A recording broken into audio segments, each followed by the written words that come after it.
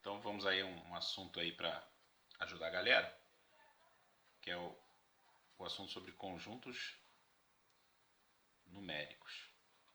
Então a ideia é o seguinte, que basicamente eu preciso que você visualize isso daí, saber que conjunto está dentro do outro.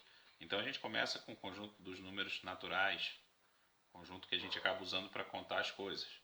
Então, aí 0, 1, 2, 3 e assim vai. Esse foi o nosso primeiro conjunto. Era o conjunto dos números naturais. Observa que tem sempre um detalhezinho no conjunto aqui, né? Uma escrita gótica. Depois, então esse aqui foi o conjunto dos números naturais. Depois nós encontramos, aí eu costumo brincar e falo o seguinte, desde que surgiu o primeiro caloteiro na face da Terra, surgiu o conjunto dos números inteiros. Então você imagina o seguinte, você queria comprar um boné. Tá? Isso aqui é um boné, gente. Repara não. Melhorando? Não, né? Só tá piorando. Então, aqui eu tenho um boné. Aí nesse boné ali tem uma etiqueta dizendo que ele custa R$20. E aí o camarada só tinha R$10 na conta. Ele foi lá e passou o cartão e comprou o boné. Então, obviamente, se ele tinha, né, R$10 na conta e aí subtraiu 20, meu amigo, esse cara vai estar devendo R$10 ao banco. Tá? Então, desde o momento que surgiu o primeiro caloteiro na face da Terra, né, então surgiu aí o conjunto dos números inteiros, beleza? Então o conjunto dos números inteiros ele tem tudo que os naturais tinham, só que ele também tem a parte negativa. Beleza? Então se eu for voltar aqui para o meu conjunto Z, ele engloba o conjunto N. Então eu posso dizer que se o número é natural, obviamente ele está dentro do número inteiro, mas nem todo número inteiro ele é natural. E aí depois, bom, aqui só tem coisas assim, como a gente está falando, inteiras, não tem coisa quebrada. E aí surge o conjunto dos números racionais, que é o conjunto Q. O conjunto dos números racionais, a gente vai definir ele da seguinte forma: é qualquer conjunto que você consiga escrever sob forma de fração. Fração essa em que o de cima, que é o numerador, pode ser qualquer número inteiro. E o de baixo pode ser quase que qualquer número inteiro, mas ele não pode ser zero.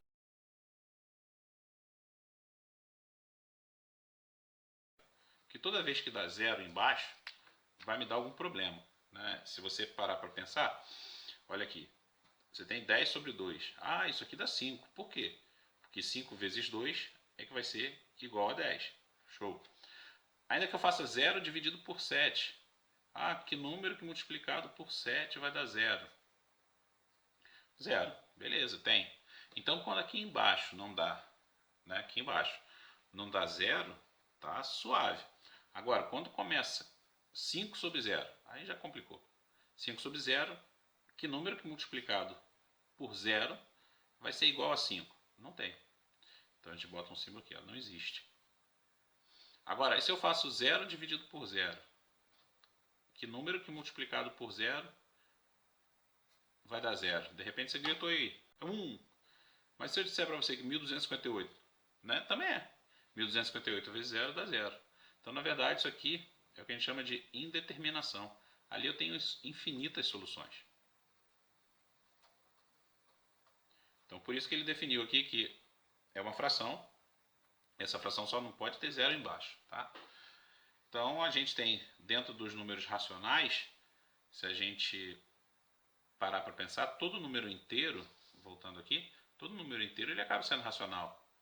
Se você tem o número 7, eu posso dizer que ele é 7 sobre 1. Então, voltando àquele nosso gráfico, o conjunto Q, ele abraça o conjunto Z. Né? Todo número que ele é inteiro também é racional. Todo número que é natural, além de ser inteiro, ele também é racional. Então, e quem entraria aqui que não seja, né, seja racional, mas não seja inteiro? Aí você poderia ter, sei lá, qualquer fração. Ó, 2/5, que é aquela fração que a tia Maricota lá chamava de fração própria. Que esse termo daqui, o numerador, ele era menor. Eu posso ter também 7/3, mas também é a fração. Só que é a fração que a gente chama de imprópria.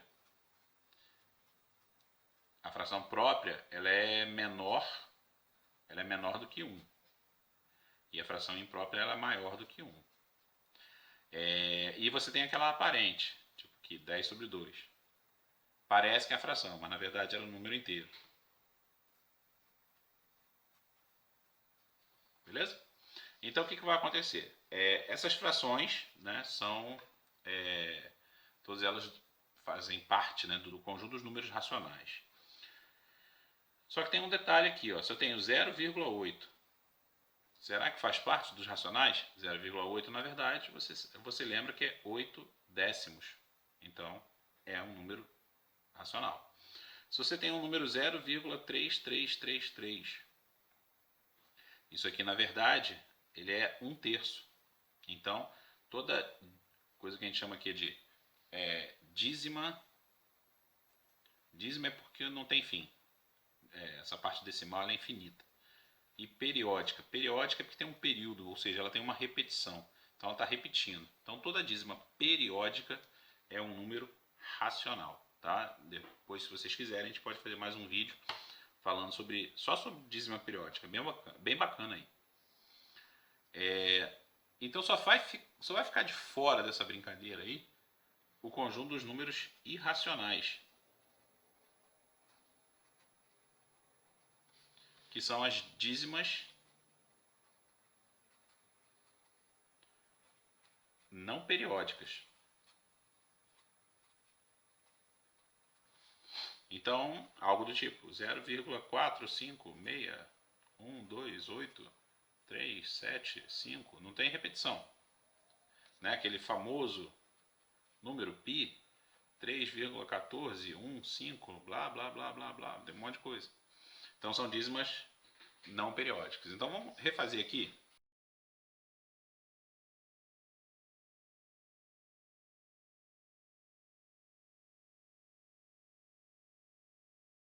Como é que ficou o nosso diagrama? Então primeiro eu tinha os naturais, depois eu tinha os inteiros, então todo natural é inteiro, mas nem todo inteiro é natural. Depois eu tinha os racionais, tá? Os irracionais, que a gente acaba chamando de ir, ou então a gente chama de Q barra, ele ficaria aqui fora. Seria um conjunto à parte aqui. E para você juntar esses dois conjuntos, a gente usa o conjunto dos números reais. Tá? O conjunto dos números reais é simplesmente a junção desses dois caras. Só que um detalhe, vou só botar aqui formalmente, ó, reais ele é os racionais, união com os irracionais. Só que essa representação ela fica um pouco estranha, porque parece que existe alguma coisa aqui e não existe. Nessa parte daqui, um número que não seja nem racional nem irracional, não tem, não rola. Então, o mais bonitinho seria você usar os reais aqui. E aí você faz um para os racionais, e aí os irracionais ficariam aqui fora. Estaria aqui fora. O que não é racional é irracional. E aí você teria o conjunto Z e o conjunto N.